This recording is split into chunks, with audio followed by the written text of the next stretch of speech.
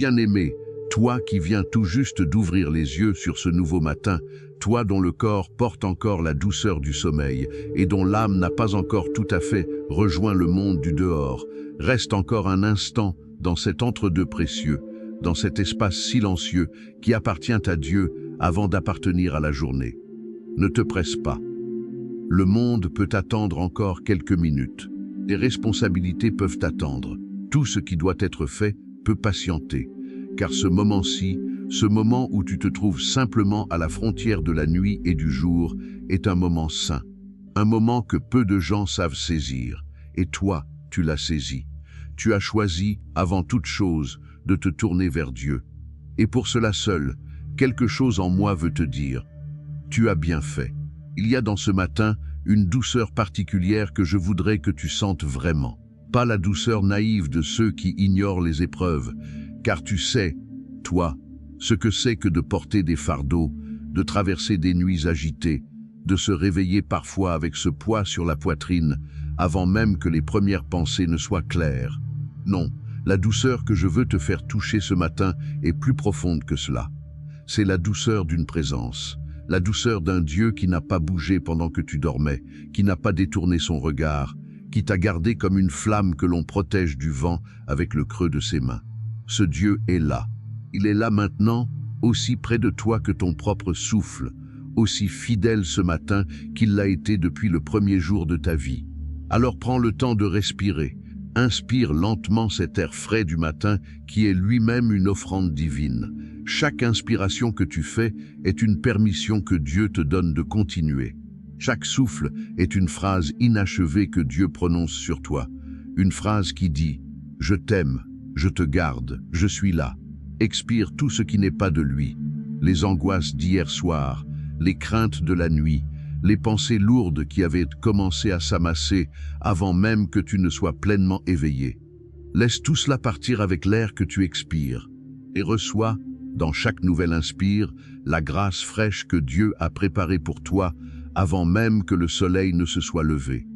Ouvre maintenant ton cœur, pas à moitié, pas du bout des lèvres, ouvre-le vraiment, complètement, avec toute ton humanité, avec tout ce que tu es et tout ce que tu n'es pas encore.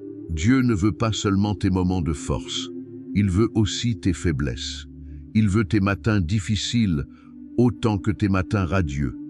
Il veut le toi incertain, le toi épuisé, le toi qui ne sait pas encore comment il va traverser cette journée.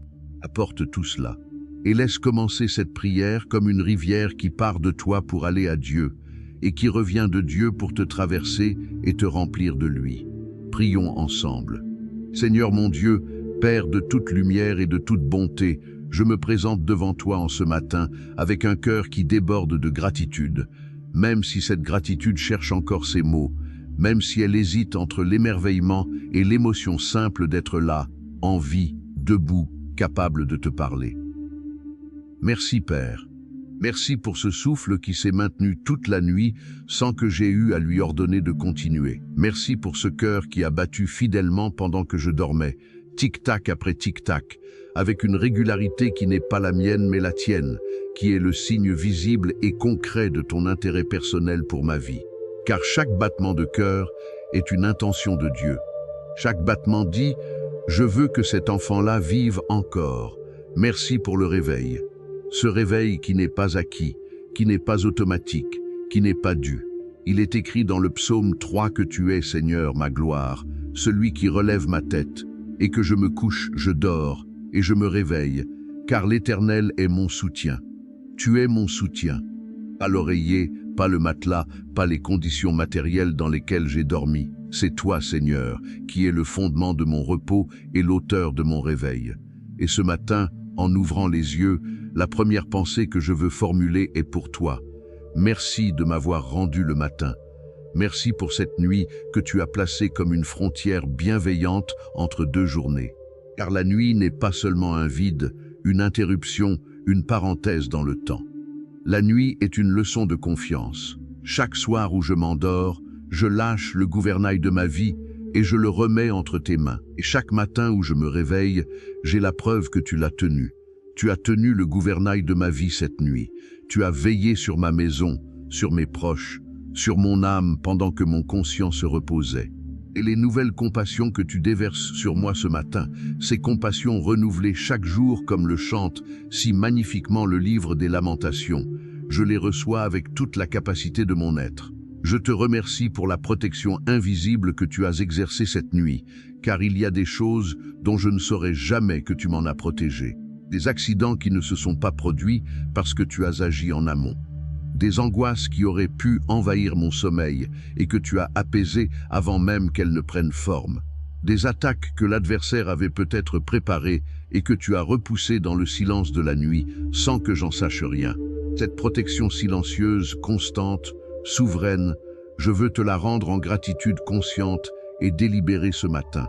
Père éternel, je me tourne maintenant vers ta grandeur avec un cœur qui veut t'adorer, non pas par obligation religieuse, non pas parce qu'il le faut ou parce que la liturgie l'exige, mais parce que contempler qui tu es est en soi une joie, une nourriture, une lumière pour l'âme. Tu es si grand, Seigneur, que le fait de simplement diriger mes pensées vers toi les élève au-dessus des petitesses et des urgences de ma journée. Tu es le Père éternel. Tu étais avant que les collines surgissent et que la terre et le monde aient été créés. De toute éternité à toute éternité, tu es Dieu, comme le proclame le psaume 90. Cette éternité qui te définit n'est pas une durée interminable mesurée en millénaires. C'est une qualité d'existence que nous ne pouvons qu'entrevoir, une profondeur qui n'a ni début ni fin, une présence qui enveloppe le temps comme la mer enveloppe le navire de toutes parts. Et moi, créature d'un instant, être de quelques décennies sur cette terre, j'ai accès à ce Père éternel. Je peux lui parler. Il m'entend. Cela me laisse sans voix. Tu es le roi des rois. Non pas un roi parmi d'autres, non pas le premier d'une liste de monarques qui se disputent la suprématie. Tu es le roi au-dessus de tous les rois, l'autorité qui fonde toute autorité, la puissance qui délègue toute puissance. Tous ceux qui gouvernent sur cette terre le font dans l'espace que tu leur as accordé, et leur règne se termine quand tu le décides. Mais ton règne, lui, est sans fin, et je vis sous ce règne. Je suis un sujet de ce roi, et la sécurité que cela représente est immense, car aucune force dans l'univers entier ne peut renverser le trône sur lequel tu sièges depuis l'éternité. Tu es le Créateur. Tu as voulu cet univers et il a surgi du néant à ta parole. Tu as pensé les étoiles et elles ont brillé. Tu as imaginé l'océan et ses profondeurs, les montagnes et leurs sommets enneigés, les forêts et leurs odeurs de mousse et de résine, les oiseaux et leurs chants du petit matin qui sont eux-mêmes une louange spontanée à ta gloire. Et dans ce tableau cosmique d'une complexité infinie, tu as pris de la poussière de la terre et tu as façonné l'être humain, tu lui as soufflé la vie dans les narines et tu en as fait quelqu'un capable de te connaître, de te chercher, de t'aimer. Quel honneur incroyable que d'être humain. Tu es mon rocher, dans tous les secouements de ma vie, et la vie secoue, Seigneur, parfois avec une violence surprenante, tu demeures ce point fixe, immobile, immuable, sur lequel je peux poser mes pieds quand le sol semble se dérober. Tu es ce rocher dont parle le psaume 18, le rocher qui est ma délivrance, ma forteresse, mon libérateur, mon bouclier, ma corne de salut, mon lieu élevé. Toutes ces images réunies dessinent un abri complet, une protection enveloppante. Et cet abri, c'est toi, c'est ta personne, c'est ta présence. Tu es mon refuge. Quand la vie frappe trop fort, quand les événements se précipitent et qu'il n'y a nulle part où fuir sans trouver une autre difficulté, tu es ce lieu vers lequel je peux me tourner à toute heure, en toutes circonstances, et où je suis reçu immédiatement, sans délai, sans fil d'attente, sans condition. Ton refuge n'a pas d'heure d'ouverture. Il ne ferme ni la nuit ni les jours fériés. Il est ouvert en permanence pour chacun de tes enfants dès l'instant où ils se retournent vers toi. Tu es le bon berger, toi qui connais chacune de tes brebis par son nom, toi qui laisserais les 99 pour partir chercher celle qui s'est perdue, toi dont la voix est reconnaissable entre toutes les voix du monde pour ceux qui ont appris à te connaître. Ce matin, j'entends ta voix, berger. Elle me dit de ne pas avoir peur. Elle me dit que le chemin de cette journée, aussi accidenté soit-il, tu le connais entièrement depuis le début jusqu'à la fin, et que tu marcheras devant moi pour l'aplanir là où il le faut, et pour me soutenir là où il ne peut pas l'être. Tu es le prince de la paix, et comme ton nom te désigne, ta présence apporte la paix. Cette paix qui n'est pas l'absence de conflits extérieurs, mais la présence d'une harmonie intérieure qui résiste à tout. Tu es le médecin céleste, Jéhovah Rapha, dont les mains ont créé les corps et peuvent les réparer, dont la parole a ressuscité des morts et peut ranimer ce qui était éteint.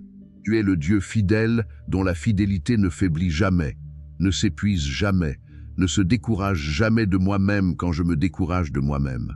Tu es le Dieu vivant, actif, présent, pas un souvenir, pas un concept, pas une statue dans un musée, mais le Dieu vivant qui agit dans l'histoire et dans ma vie en ce moment précis. Seigneur, maintenant je te confie entièrement cette journée qui s'ouvre.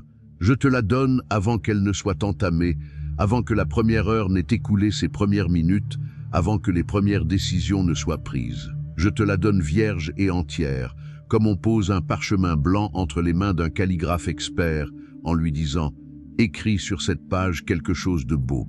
C'est ce que je te dis ce matin, Seigneur. Prends ma journée et écris dessus quelque chose de beau.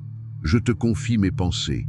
Ces pensées qui peuvent si facilement dériver vers des endroits sombres, vers des anticipations négatives, vers des ruminations qui épuisent sans résoudre. Ce matin, Seigneur, prends le gouvernail de mes pensées.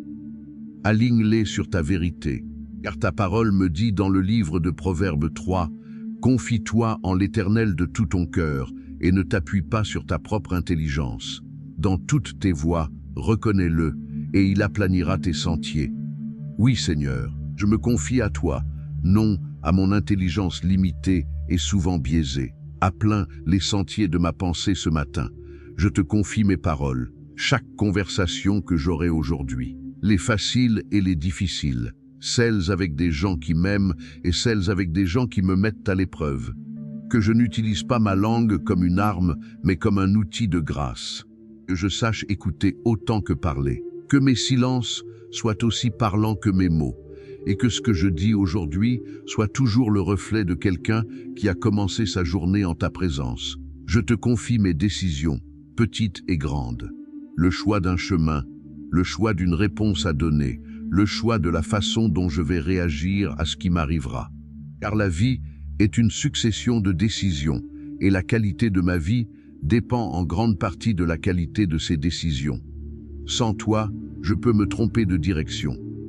Avec toi, même mes erreurs deviennent des détours instructifs sur le chemin que tu as tracé. Alors guide-moi, Seigneur. Montre-moi le chemin à prendre. Ésaïe 30 dit que tes oreilles entendront une voix qui dira « C'est ici le chemin, marchez-y ». Je veux entendre cette voix aujourd'hui. Je te confie toutes les personnes que je rencontrerai, ce collègue difficile, ce voisin que je croise parfois, cette personne qui pourrait m'apporter quelque chose dont j'ai besoin sans que je le sache encore, ces inconnus dans la rue qui portent leur propre fardeau. Seigneur, fais de chacune de mes rencontres une rencontre orchestrée par ta providence. Que je sois pour ceux qui en ont besoin un reflet de ta bonté. Je te remets mes déplacements, où que mes pieds m'emmènent, où que les roues me portent, que ta protection précède chacun de mes mouvements, que la sagesse accompagne chacun de mes choix de route, de vitesse, de prudence. Je te confie aussi mon travail, mes études, mes projets en cours. Que mes mains ne travaillent pas en vain, mais dans l'alignement de ta volonté, que mes efforts portent du fruit au-delà de ce que mes propres capacités pourraient produire, parce que tu es le Dieu qui bénit le travail de ses enfants. Seigneur, dans le calme de ce matin encore frais, laisse-moi m'attarder encore un moment sur la question de la paix. Cette paix qui est à la fois un don que tu fais et une réalité que nous devons apprendre à recevoir et à garder. Tu nous l'as dit par la bouche de ton Fils, avec une solennité particulière, comme si tu savais à quel point nous aurions besoin de l'entendre et de nous en souvenir. Je vous laisse la paix, je vous donne ma paix.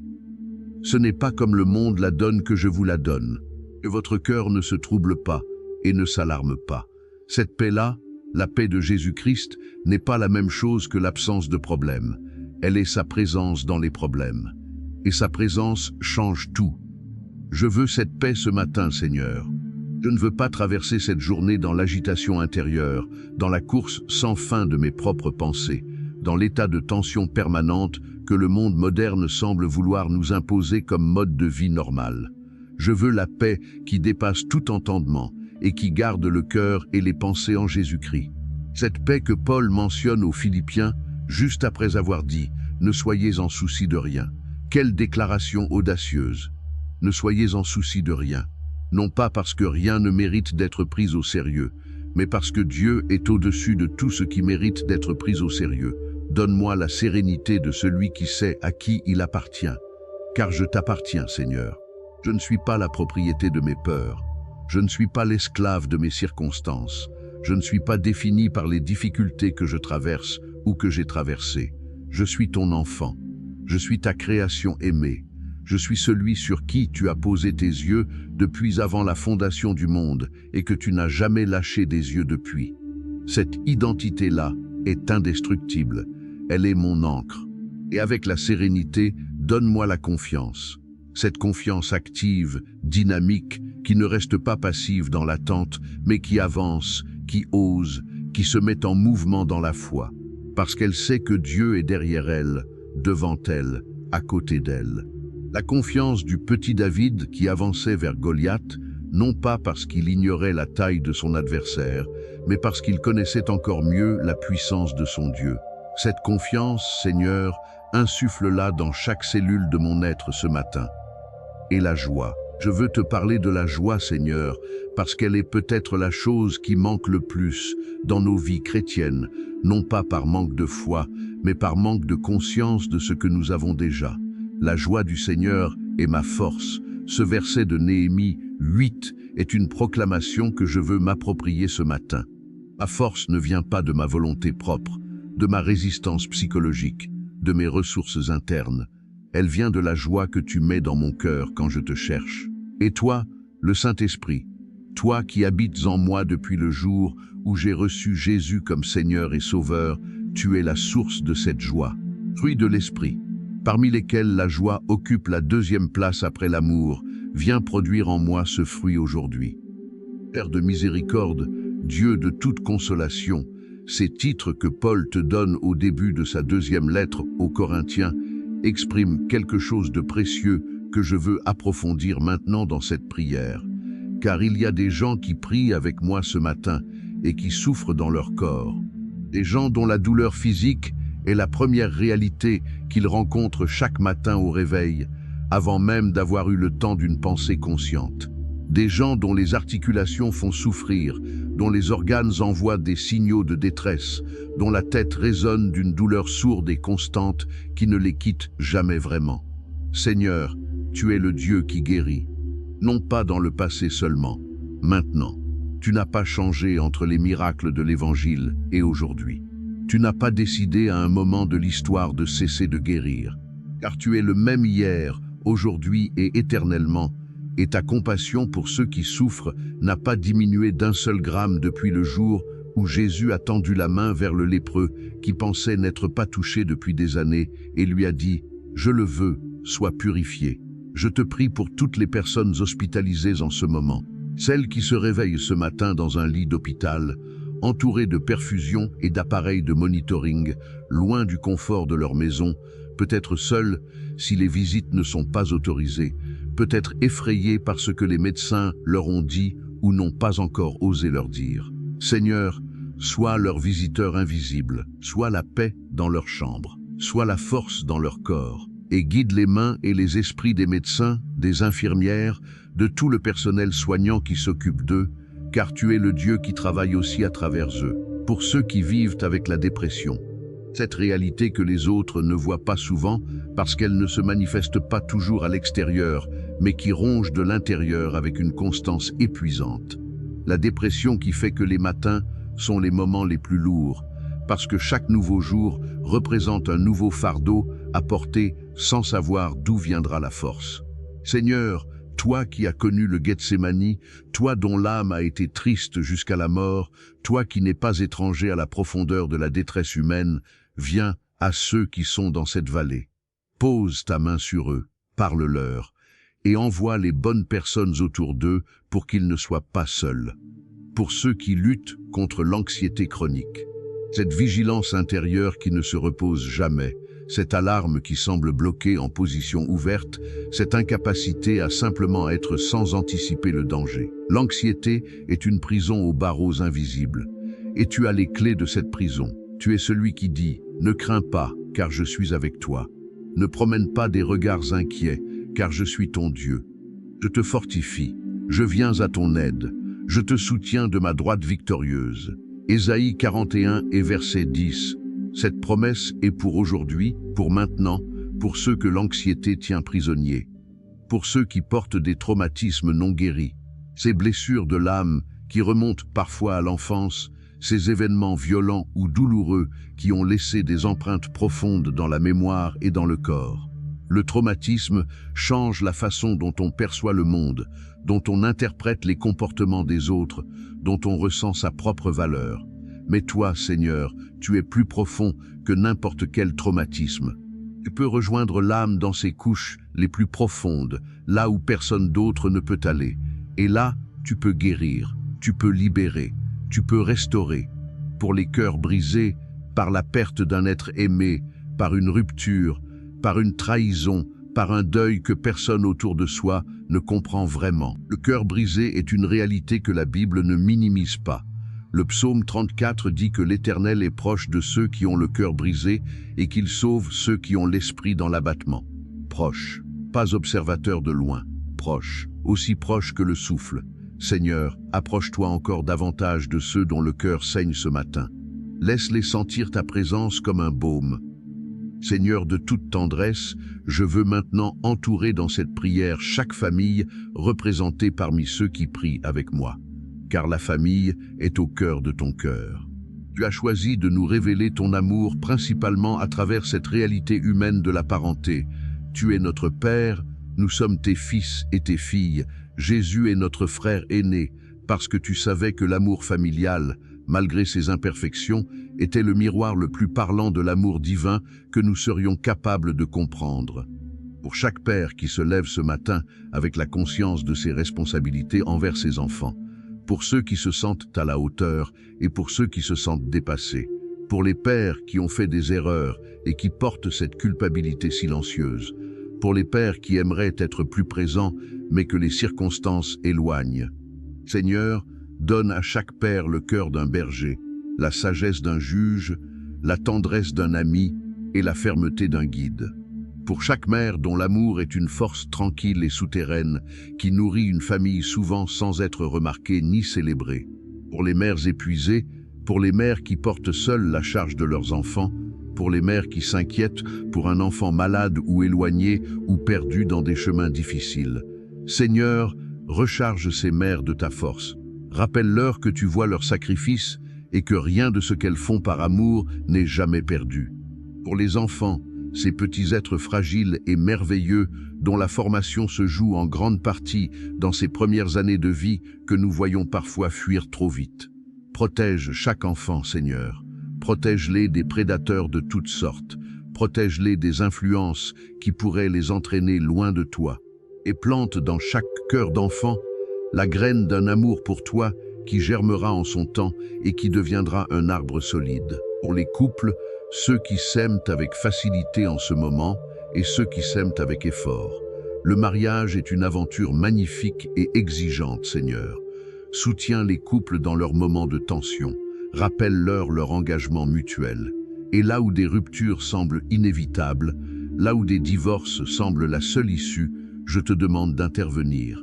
Non pas pour forcer quoi que ce soit, mais pour ramollir les cœurs durcis, pour rouvrir des canaux de communication fermés, pour ressusciter ce qui semblait éteint.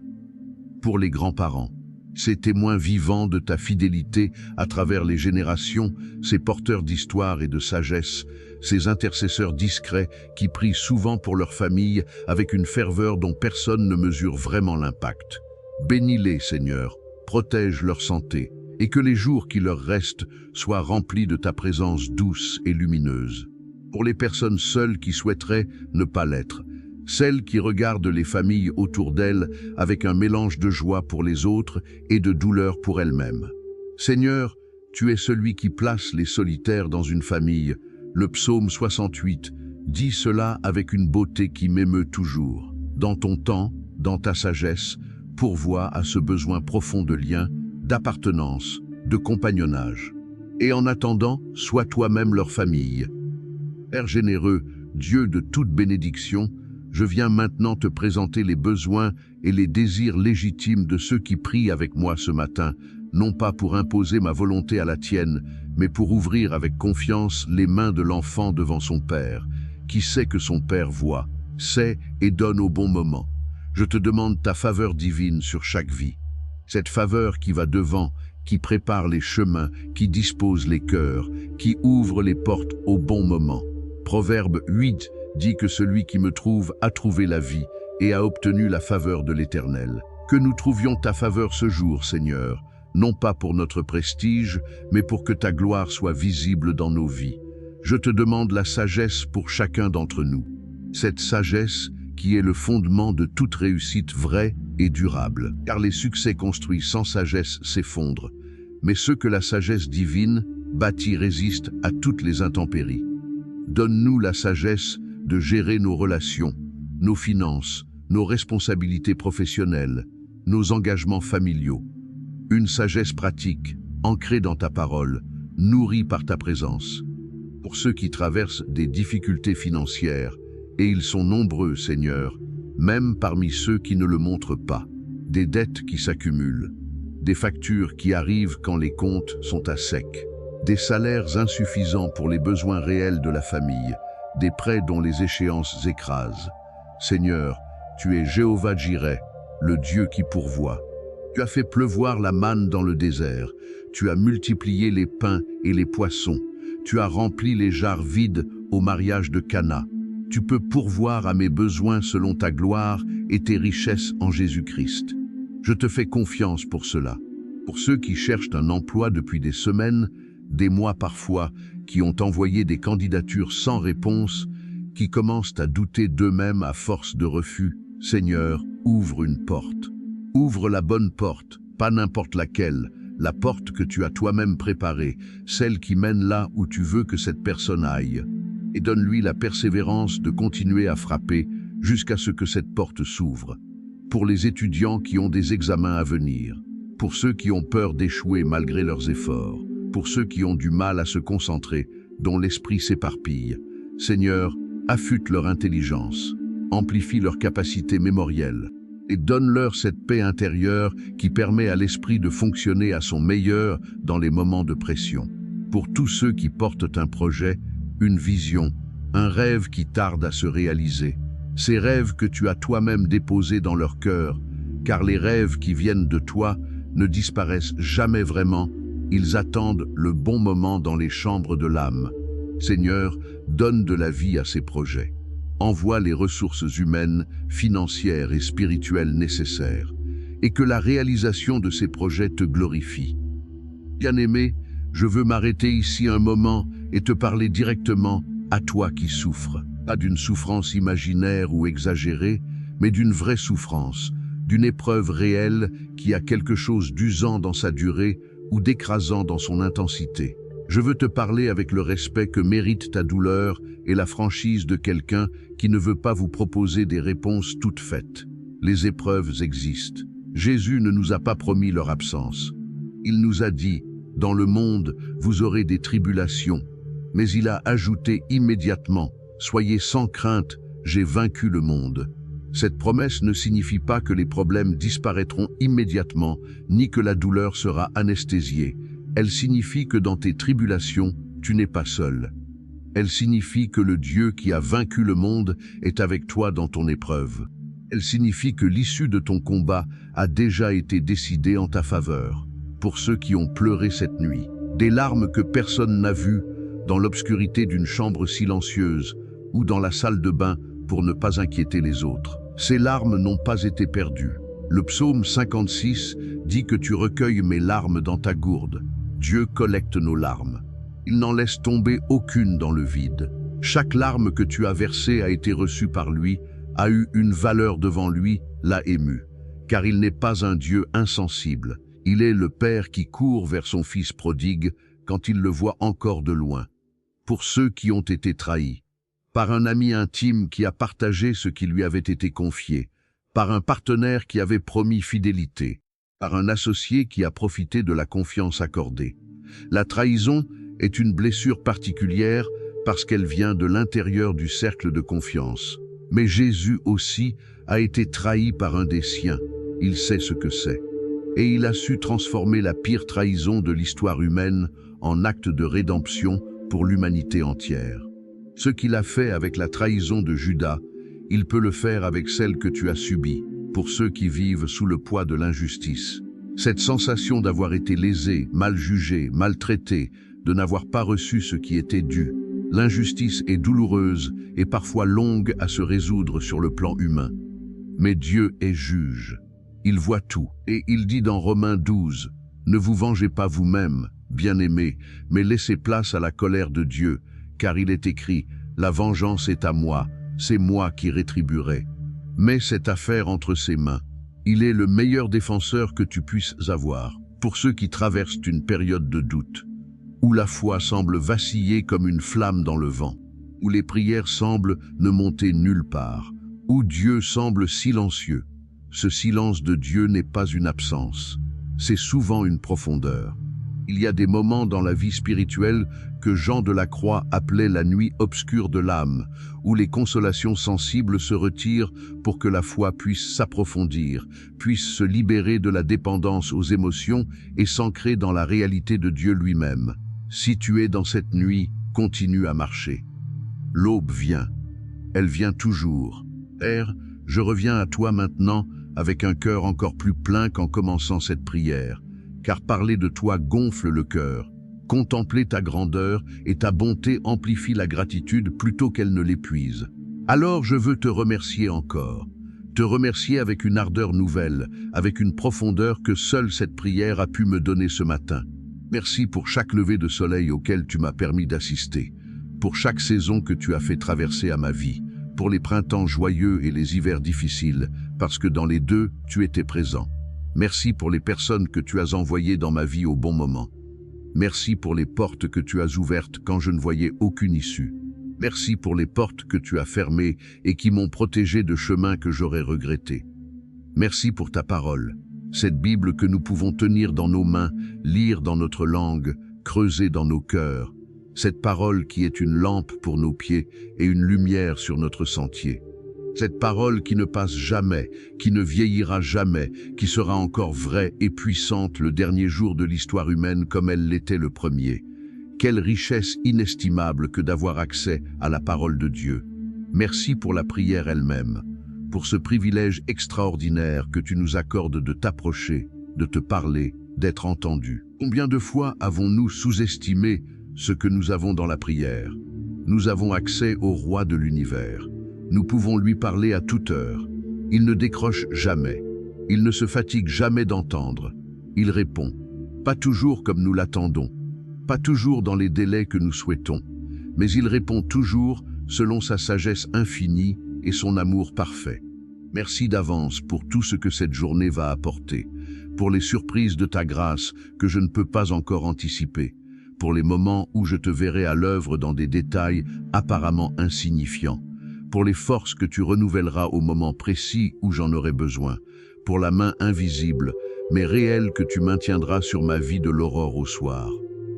Et maintenant, bien-aimé, avant de te laisser aller dans cette journée, je veux que tu te lèves avec des certitudes plein le cœur, pas des certitudes fragiles, bâties sur tes propres capacités ou sur la bienveillance des circonstances, des certitudes fondées sur la parole immuable du Dieu vivant. Je le déclare sur ta vie ce matin, cette journée sera bénie. Bénie non pas parce qu'elle sera sans obstacle, mais parce que le Dieu des bénédictions marche avec toi dans chaque heure qui la compose. Sa faveur précède chacun de tes pas. Sa grâce couvre chacun de tes instants. Sa bonté te poursuit, littéralement te poursuit, comme le dit le psaume 23, tout au long de cette journée. Cette journée est bénie. Elle l'est dès maintenant. Je le déclare, Dieu est avec moi, avec toi. Emmanuel, Dieu avec nous. C'est la promesse qui n'a jamais été retirée depuis qu'elle a été donnée. Jésus a dit, « Je suis avec vous tous les jours, jusqu'à la consommation des siècles, tous les jours. » Ce jour est compris dans tous les jours. Dieu est avec toi dans la réunion difficile, dans la conversation délicate, dans la fatigue de 15 heures, dans l'incertitude du soir. Dieu est avec toi. Je le déclare, je ne crains rien, pas parce que je suis fort, mais parce que mon Dieu est plus fort que tout ce que je pourrais avoir à affronter. Car celui qui est en moi est plus grand que celui qui est dans le monde. Et si Dieu est pour moi, qui sera contre moi? Romains 8 pose cette question rhétorique avec une assurance qui fait trembler toutes les forces qui se croiraient mes adversaires. Qui sera contre moi? Personne, rien, aucune puissance, aucune circonstance, aucun ennemi ne peut prospérer contre celui que Dieu a décidé de garder. Je le déclare, le Seigneur combat pour moi. Il n'est pas assis en spectateur de ma vie. Il est activement engagé en ma faveur. Il travaille dans les coulisses de mes circonstances. Il prépare ce que je ne peux pas encore voir. Il retourne en bien ce que l'ennemi voulait utiliser pour me faire du mal. Il fait toutes choses concourir au bien. Et ce combat qu'il mène pour moi, je n'ai pas à le gagner tout seul. Je n'ai qu'à m'appuyer sur lui. Je le déclare avec toute la conviction de mon âme. Je marcherai dans la victoire aujourd'hui. La victoire de Christ qui est ma victoire. La victoire du ressuscité qui marche à mes côtés. Je n'irai pas dans cette journée comme quelqu'un qui part à la guerre sans savoir s'il en reviendra. J'irai comme quelqu'un dont la victoire est déjà assurée, qui marche dans la lumière d'une résurrection déjà accomplie, qui sait que le dernier mot appartient à Dieu et que ce dernier mot est la vie, la grâce et l'amour.